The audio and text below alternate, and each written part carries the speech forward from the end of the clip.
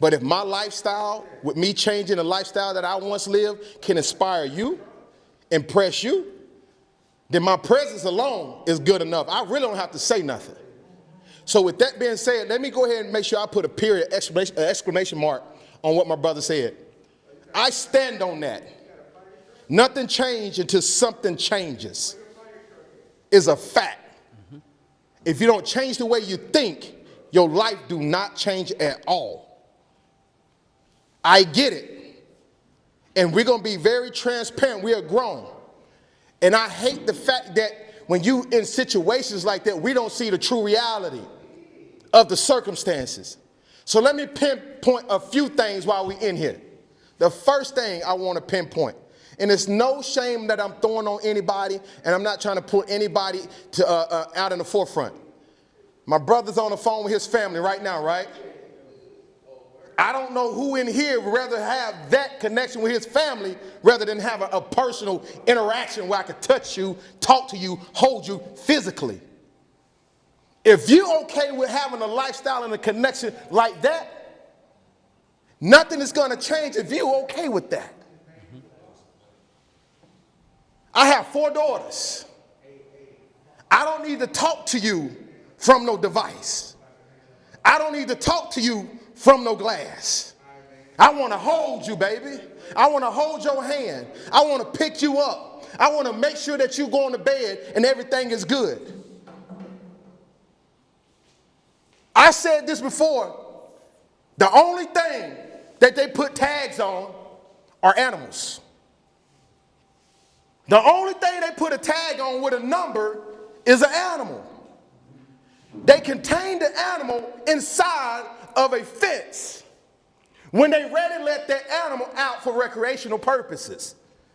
To walk the line of the fence, just to be socializing with the other animals. But when it's time for the animal to get back into the containment of the facility, which is called maybe a barn, whatever it is, it gets locked back up inside of something that's already locked up. So as we come in here, I want you guys to look at the reality. When you gonna get tired of putting on a wristband with your picture on with a number on it? When you gonna get tired of wearing the same jumpsuit that probably over 1,000 people don't wear? And it's no offense. When you gonna get tired of putting your ass in something somebody's ass already been in? When you gonna get tired of getting up and having to lay down when somebody tell you to get up and lay down? When you gonna get tired of eating what they tell you what you need to eat? When you get tired of lying to yourself and your family that you're gonna get it right this time?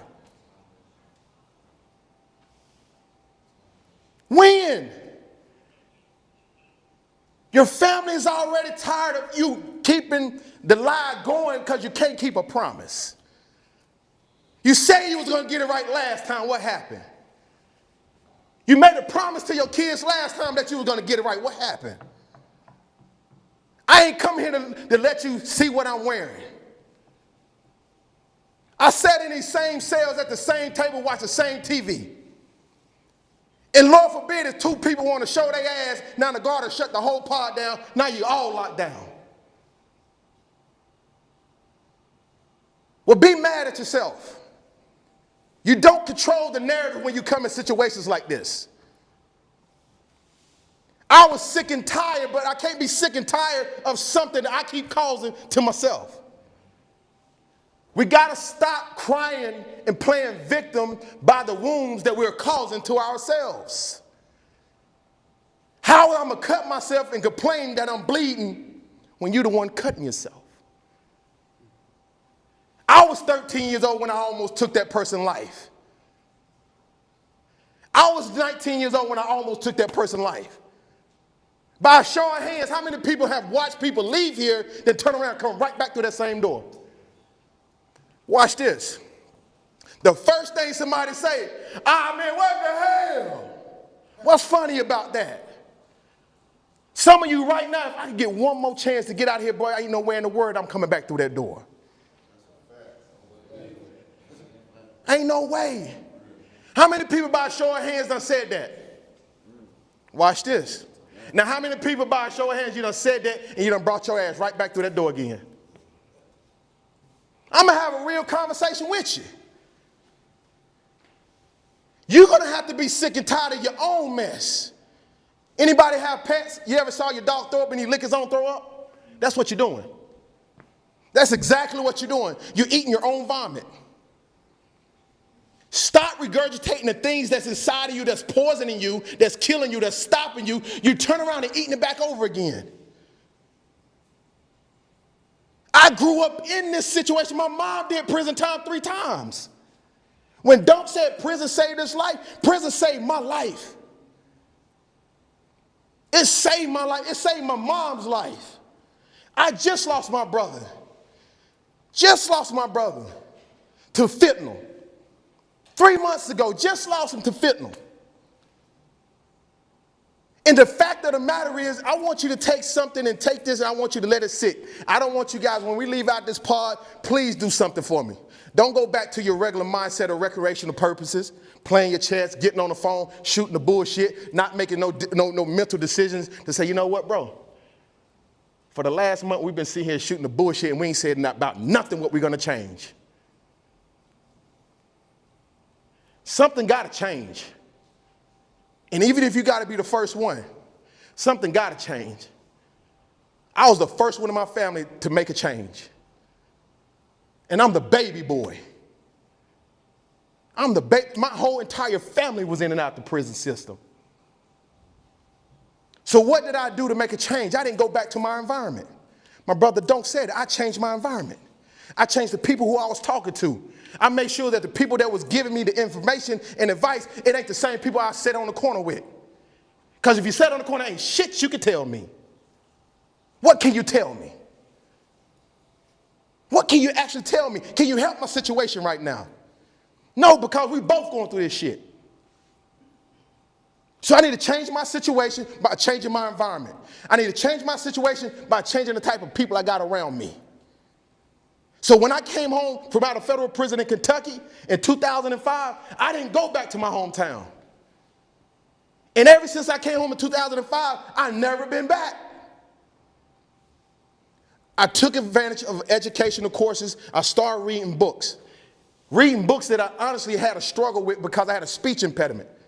I read up under, I was in the 6th, 7th grade reading, probably 4th grade reading level. In other words, I was illiterate.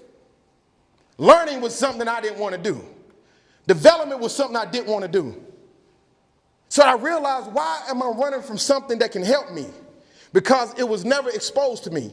My mom dropped out in the 9th grade. My dad dropped out in the 11th grade. Every last one of my siblings dropped out of school. So Arkevius, do you want to be just like what you come from? Or you want to change the narrative? Boy, I went back to school, got my high school diploma. I ain't stopped there. I went back to school. I went to college and got an associate degree in business. I ain't just stopped there. I started writing books, starting businesses, being a father to my kids because my father wasn't shit to me. That's a fact. So all the things he did to me, I held it. I stored it. Everything my mom did to me, I held on it. I stored it. Everybody who turned their back on me, I held it and I stored it. So I didn't know how to channel my anger and my emotions. What helped me the most is the only way I can release this pain by causing more pain to somebody else. Let's be transparent. How many people done something to people and made you feel good after you did it? That was one of my things. I want you to think about that. If causing someone else pains make you feel good, there's some things that you haven't let go you're still holding on to. Don't talk about speaking. I travel all around the world. I booked my brother to come out here. How did a housing unit like this used to have me on 23-hour lockdown? And all I could do is just stand in the door. All I could do is slide something out the door. And I was tired that I can't come out. You know what? I might as well go to the hole. Let me show my ass. Let me show my ass. So you got to change something. Ask yourself, what is that you need to change? I get it. Some of you, you're okay. If you're okay with where you at, you're okay with the lifestyle you always live, if you're okay, then be okay with it. I don't waste my time with people who don't want the help. You stay there. But there is a beautiful life that's outside of the lifestyle you always lived. Hello. I'm the first one in my family to go back to school, get degrees, own businesses, write books. And they can't stand when I come around them. My family right now can't stand when I'm in the presence of them because you counted me out. You thought I'd be dead in prison. You thought they'd been through the flagging on me. You thought I was going to mount the shit, but look what happened. I end up being better than every last one of you. A fact. Google me. You'll see 17 mugshots in 2 year span. Google me. You'll see the books and all. I make pretty good money. I don't work a 9 to 5. I work for myself. How do I work for myself? My story, I turn into a business. And they don't want your pain to become a prosperous business. They want your pain to become the dirt that bury you in the ground. So if you get on the phone, nobody don't answer the phone, they tired of your damn lies. They don't owe you nothing to pick up that phone. If your kids don't get on the phone, they tired of your damn lies. If you upset with people because they ain't holding you down, be mad at yourself because you got yourself in here.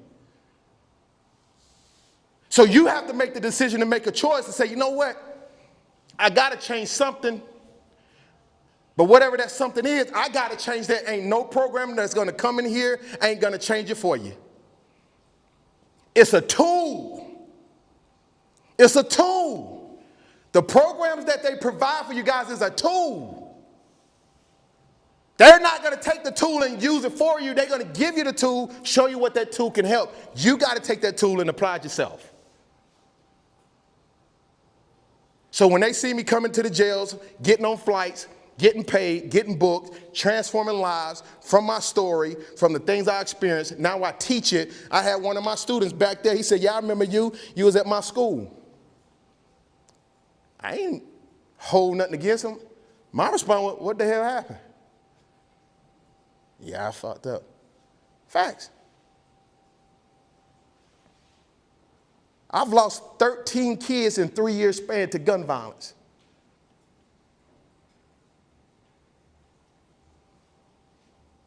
I'm numb. I can help you, but I only can help you if you allow me to help you. If you don't want it, I'm an honest person. Move out my way. I'm only helping who won't help. And I know it works because it worked for me. You looking at it. Oh, they stomach turns when I come into presence in these rooms. Not the jails, I'm talking about my family still. And I'm saying that to you to tell you this, and mainly because you wanting people to help you, and the help ain't gonna come. You want people to be in your corner. When you turn around, ain't nobody gonna be in that corner. But you gotta make a conscious decision and say, you know what? I'm gonna make that change, I'm making it for me. I'm gonna make that change, I'm gonna make it for my kids. How did that phone call make you feel when you was on the phone with your family? It felt good. How proud of you to have that conversation with your kids and you can't physically be there? Shit don't feel good. That's what you have to realize. You're going to have to be in a place, in a situation where it's going to be a constant, uncomfortable thing for you. And again, I feel like a lot of you probably don't have hope, but I'm going to say this. If you take advantage of opportunities within the opportunity, it can help transition and shape your life. Dude, I go in places and tell my story, and they write me checks. I turned my pain into a profitable business. I became an asset to companies now, that I'm not a liability no more. I became something that a lot of people thought that would never be nothing, amount to nothing, never be shit, never will amount to shit. Look at your boy now. Look at your boy now. And I'm being straight up. I can go somewhere right now and speak for 1 hour and clear $15,000. And where I used to do robberies and get 5,000 or 1,000. I didn't care what it was. You had something I had wanted, so I don't care what it is. So I can turn my life around and make a bigger impact and difference than try to rob and take and steal from somebody and cost my life. I told some of these young men in here who was in part of my group, A 20-second decision will cost you 10, 15 years of your life. That math just don't add up.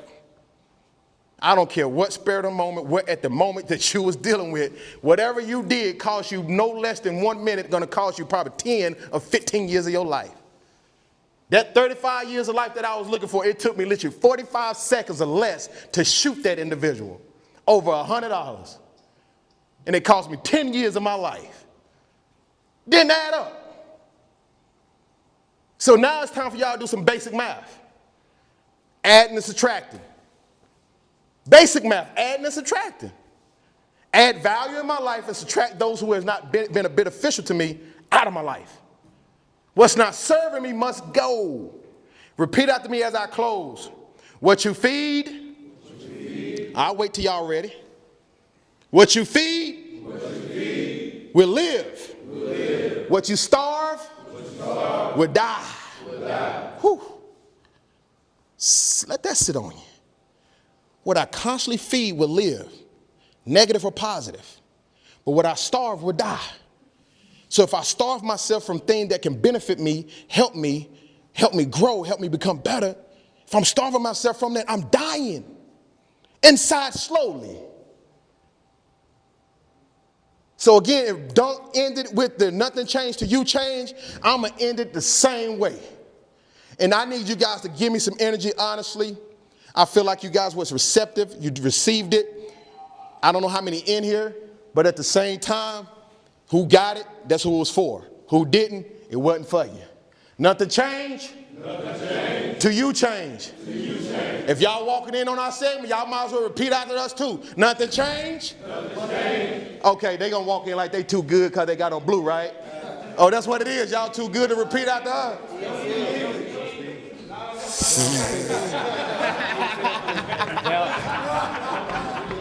What's up, man? Y'all, they can't repeat after me. I didn't know. I need me an interpreter. I should have had me an interpreter. He know what's up. He know. He don't fake it. He know. Hey, you know everything he said. That was a good. Yeah. Oh, wow. Yeah, they know what's up. That's why they were looking at me. What did you say?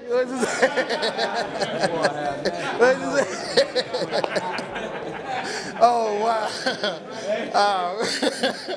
All right, we're going to do this one more time. Nothing changed. Nothing changed. Till you change. Change the way you think, and you can change your life. One more time, we're going to end it, man. Listen, let's make the other part. Let's people in the hallway should hear us. Nothing changed. Nothing changed. Woo! That's what the hell I'm talking about right there, boy. Nothing changed. Nothing changed. Till you change. Change the way you think. And you can change your life. Man, give yourself a round of applause, man. Awesome. We got a few minutes. If you got any questions you want to ask, hey, we here to serve. Listen,